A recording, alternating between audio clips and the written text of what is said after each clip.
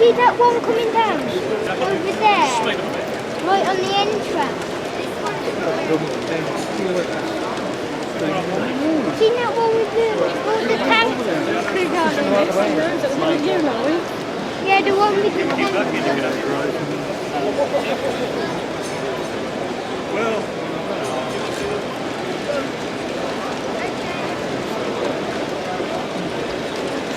You can put the coaches.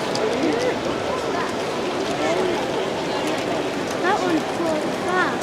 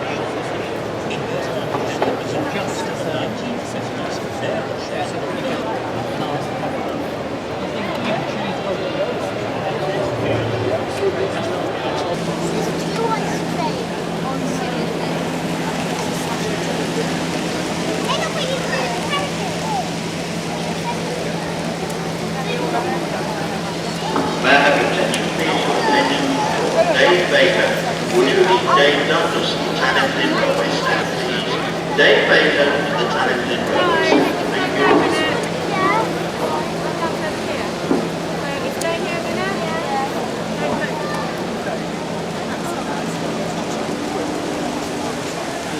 Thank you. Well, you just watch when it comes back. Because it will.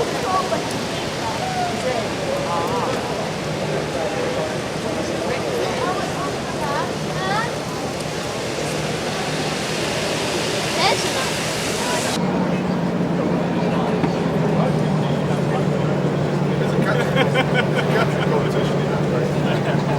Which way, Brian? All right. Sure. When you're in your, Mr. DeVille.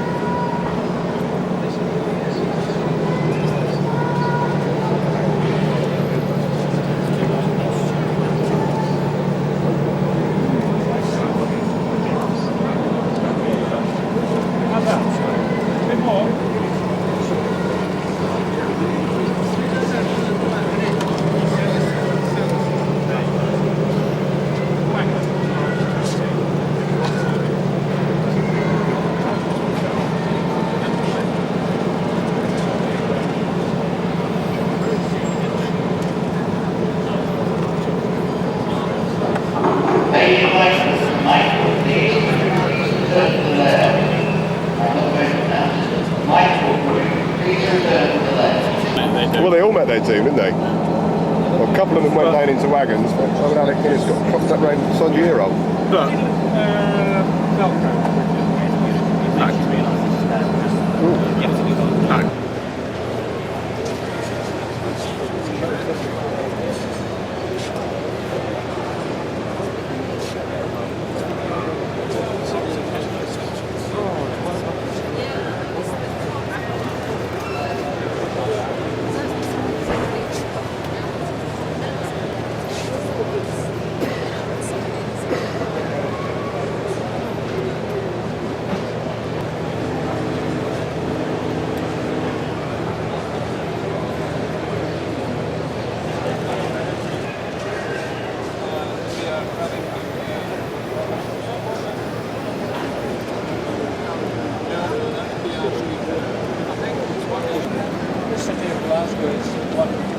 Yes, but it wasn't a force. Because I tried it all the way, like so-and-so, like pale, something else, something else, and it was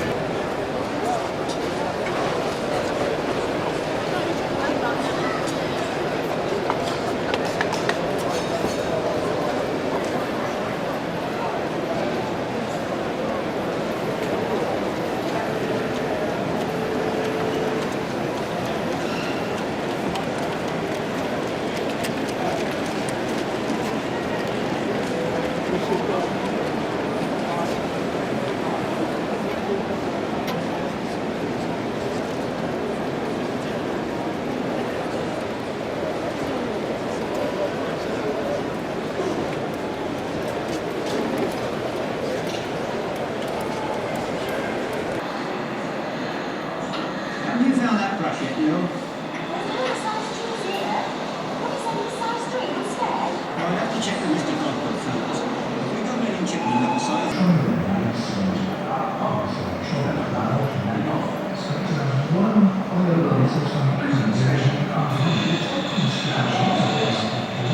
Got what we knew from the old sweats. And providing you listened to them, you're alright, but if you didn't do as they said, they wouldn't hesitate to put you in here and say, that's not the way I showed you. Throughout the Swindon works, people were more often referred to not by name, but by nickname. It went all in the shop like that. We had another bloke and he used to wear his glasses, old fella, and he wore his glasses on the end of his nose, and he was a proper old woman, you know, and they called him Granny. In contrast to the majority of workshops, because of the need to keep the furnaces active, the foundries usually worked in shifts, right round the clock. Don't talk about nights to me. I hated it. I thought it was a cat's whisker when I was told to go on nights. So I thought, well, great, I can work nights and I can through the rain all day, which I'd done the first day. Following night at work, I fell asleep on the job. Although casting may have been regarded as at most a semi-skilled job, it was nevertheless a job with its own very special rewards. I loved making all the intricate work. The headboards on the clothes, I made all those headboards, and we made them in what we call cream sand, which was an old-fashioned method. If it was not for casting, then I knocked the casting out the box and looked at it, and it was a good one. I used to think, oh, great, you know.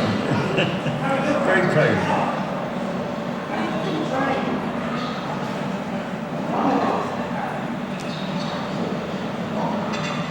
Throughout virtually all its long life, in peacetime at least, recruitment to the Swindon works was almost totally restricted to close relatives and dependents of existing employees. Many Swindon schoolleavers found their careers already decided by their railroad fathers. I wanted to be a motor mechanic. That was my ambition. But he said, no, you're going inside. And I put your name down. I don't think he realised really what the family was like anyway.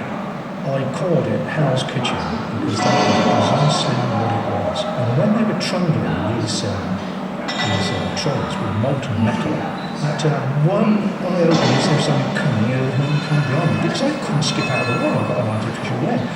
And my danger was that I would sort of be in their path because I mean you couldn't stop them and they couldn't put the brakes on them. Perhaps surprisingly, learning the intricacies of casting work within the foundries was also largely a matter of personal initiative. We had to pick up what we knew from the old sweats. And providing you listened to them, you're alright, but if you didn't do as they said, they wouldn't hesitate to clip you around the ear and say, that's not the way I showed you. Throughout the Swindon works, people were more often referred to not by name, but by nickname. It went all in the shop like that. We had another bloke and he used to wear his glasses all the time. He wore his glasses on the end of his nose and he was a proper old woman, you know, and they called him Granny. In contrast to the majority of workshops, because of the need to keep the furnaces active, the foundries usually worked in shifts, right round the clock. Don't talk very nice to me. I hated it. I thought it was a cat's whisker when I was told to go on nights. So I thought, oh great, I can work nights and fool around all day, which I'd done the first day. Following night at work, I fell asleep on the job. Although casting may have been regarded as at most a semi-skilled job, it was nevertheless a job with its own very special rewards. I liked making all the intricate work. The headboards on the locos, I made all those headboards, and we made them what we call green sand, which was an old-fashioned method. If it was an awkward casting, and I knocked the casting out of the box and looked at it, and it was a good one, I used to think, oh, great, you know. Very proud.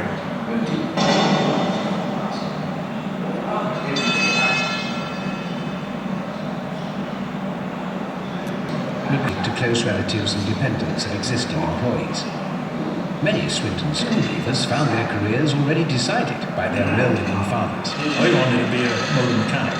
That was my ambition. But he said, no, you're going inside. And I put the name down. I don't think he realised really what the family was like anyway. I called it Hell's Kitchen because that is precisely what it was. And when they were trundling these trolleys with molten metal, I had to have one eye open, is there something coming, and coming behind me, because I couldn't skip out of the way, I've got an artificial leg. And one danger was that I would sort of be in their path, because I couldn't stop them, and they couldn't put the brakes on. Perhaps surprisingly, learning the intricacies of casting work within the foundries was also largely a matter of personal initiative. We had to pick up, wouldn't hesitate to clip you around the ear and say, that's not the way I showed you. Throughout the Swindon work, this is where locomotive boilers were. Workshop is filled with scores of work, riveting, hammering, steam, and competition. for several months, gave the erecting shop an excitement and a status all its own. For each new locomotive was different, and often in very unexpected ways. It seems silly to say it, but we could tell a locomotive after the fire very often by the smell of the oil and the water and the steam. They seem to be particular to each locomotive. Probably not, but we believed it at that time. And it was fantastic to see the final locomotive built, knowing it was built. There were so many components arising from so many shops. Just looking at King George V, that's a classic example. You can't believe all those parts were made in Swindon.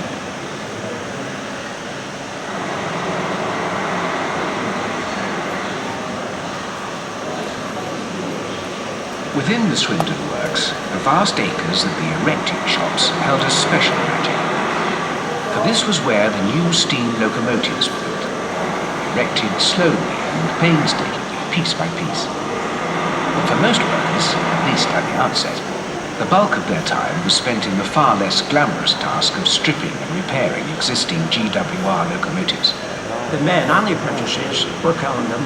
If they got extremely dirty, were paid dirt money, which was an additional payment to your wages for working, say, in smoke boxes where it was very dusty, sooty and what have you. Well, you had no protective gear, you just had a handkerchief over your mouth and your nose and that was it. Each locomotive required literally thousands of different metal components to be carefully assembled. Once complete, they could also be tested on the works test plant, known by the men as the home trailer. Not every steam locomotive they produced or repaired went on to the testing plant. They used to be the problem ones. If one had terrific vibration, this sort of thing, fault finding. Despite all the many hardships, however,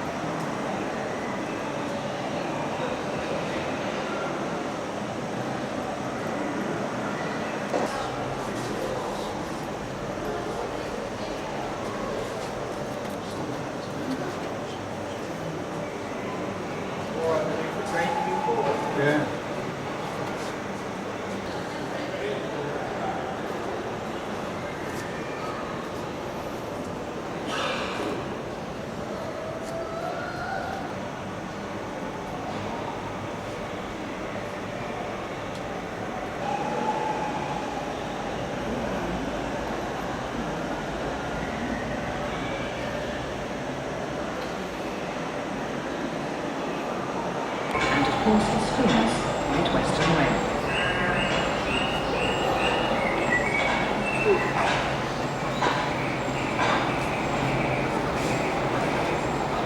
Railway to link London with Bristol. Something of the sort had long been talked about within the business world, relaxed. Not everyone shared the same confidence in my skills, however. But when the tunnel opened, more nervous passengers chose to leave the train and take the road across the top. This brilliant engineering. Is it? And so because there's 4,000 miles. Yeah, that wasn't there before, was it?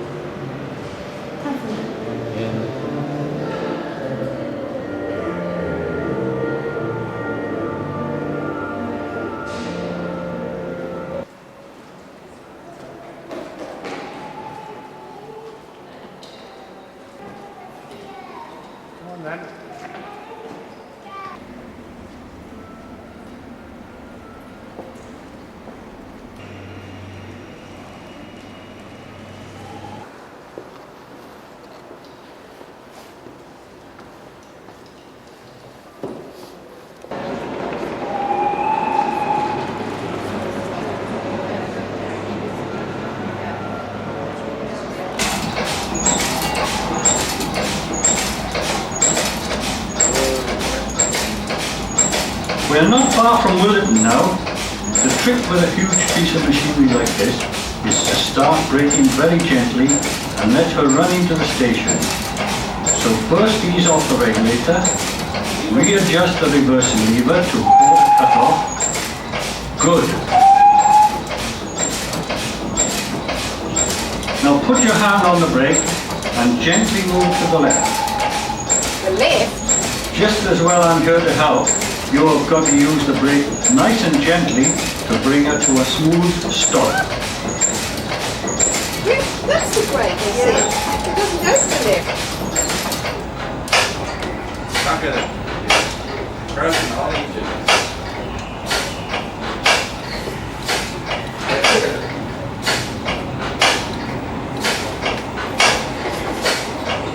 We're here.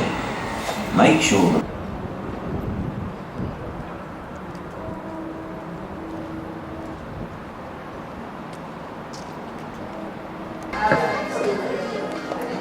Did you notice the tree on the bar?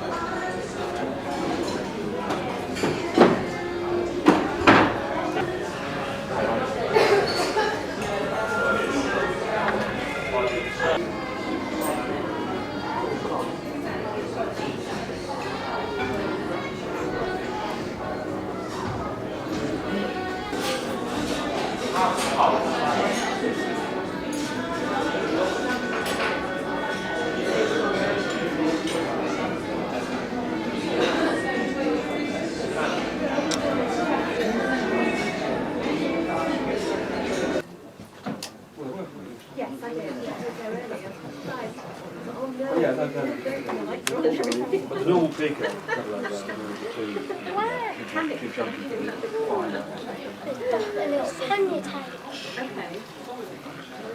Right. you can see the roller shot goes through it. Okay then. It's a good point. Good point. The place was about all right.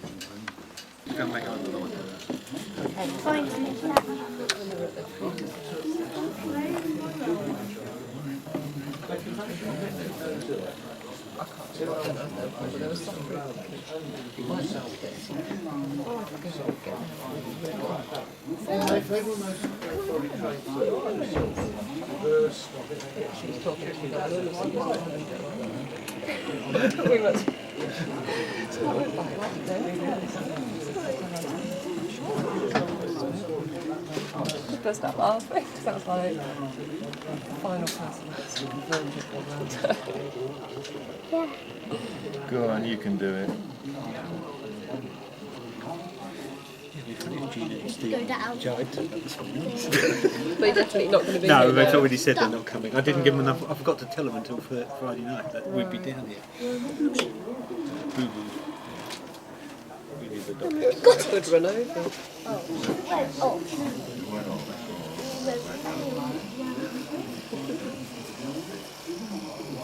This will make Stop up there, Fatten the down rubber there. bikes every time.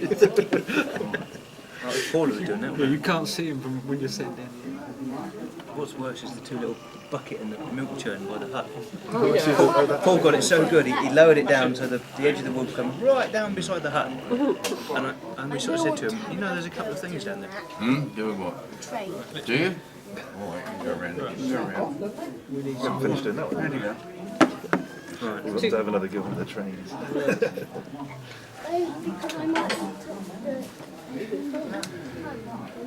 You can do it all the time if you want. As long as they say you can, you can. Right, there's nothing there at the moment, I'm afraid. We'll have to wait until we've got the train to make up. All right. Yeah. You drunk again? Right, you're going to sit up on the... Right, okay. That's some really strange things. Hang on to that one then. Oh, that'll do. Right, we've got some cards around down here already. Right.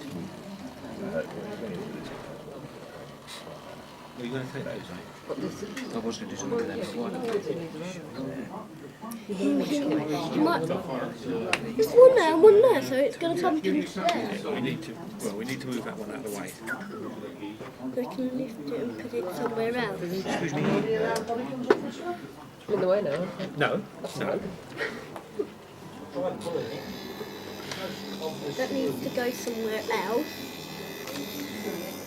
Then we go down there. Oh, yeah. And I don't know how we split it, but we split up and I ended up driving over the cob. That's where... Oh, he wanted to walk the cob. I ended up driving over the cob, pulling in and walking back, and he was walking the cob. So we came to walk down, and then the narrow-gauge came down. Then there's this train shunting around, and the thing was balanced on the front of the train. And that got him. What's that cup of tea doing? Obviously, he keeps it on. Why they kept it? Years later, he kept going on about it. There's a train that cup of tea. Margaret has always we had a holiday in Wales all 10, 15, we were 20 years ago. Rain every single day. And we said, look, I tell you what, we'll go up to the railway, don't matter if it rains. The sun shone and it was steaming hot the whole day. Next day, it rained again. Mummy, we're not allowed to go that one.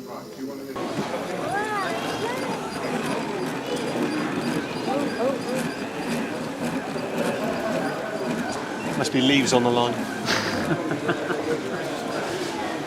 could be. Funny kind of snow. You have to speed up round the corner and back her off. Yeah, I told you I stopped and then I got into trouble.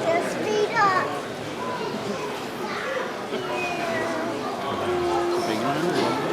Look at that. That's about the longest train we've ever seen, isn't it? Hey, there's lots of things. Yeah, look.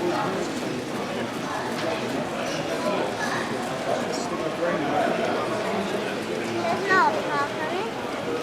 Oh yeah, that's not cool.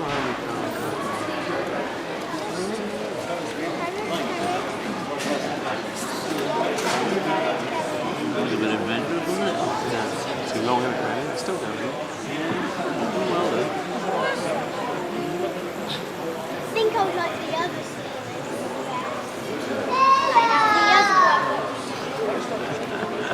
It's run out of steam.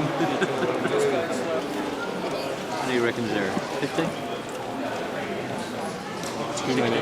Too many. Yeah, good 61.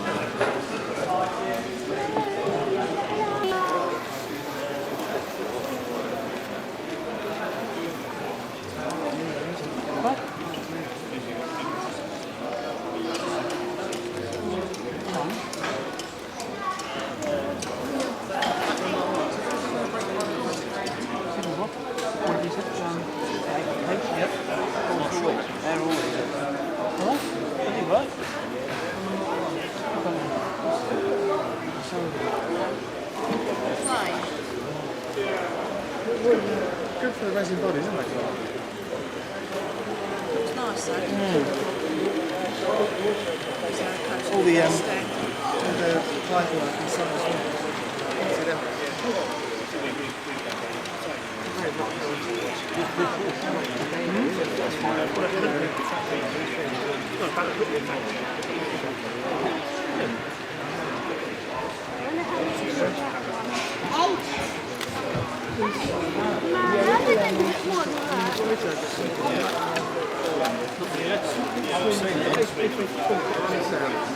Eight.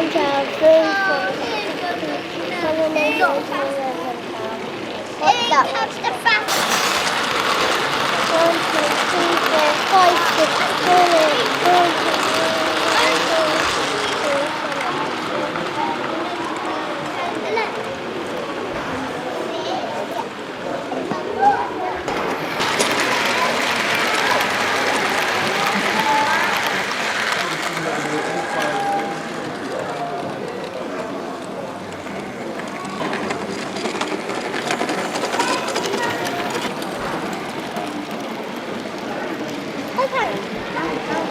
8.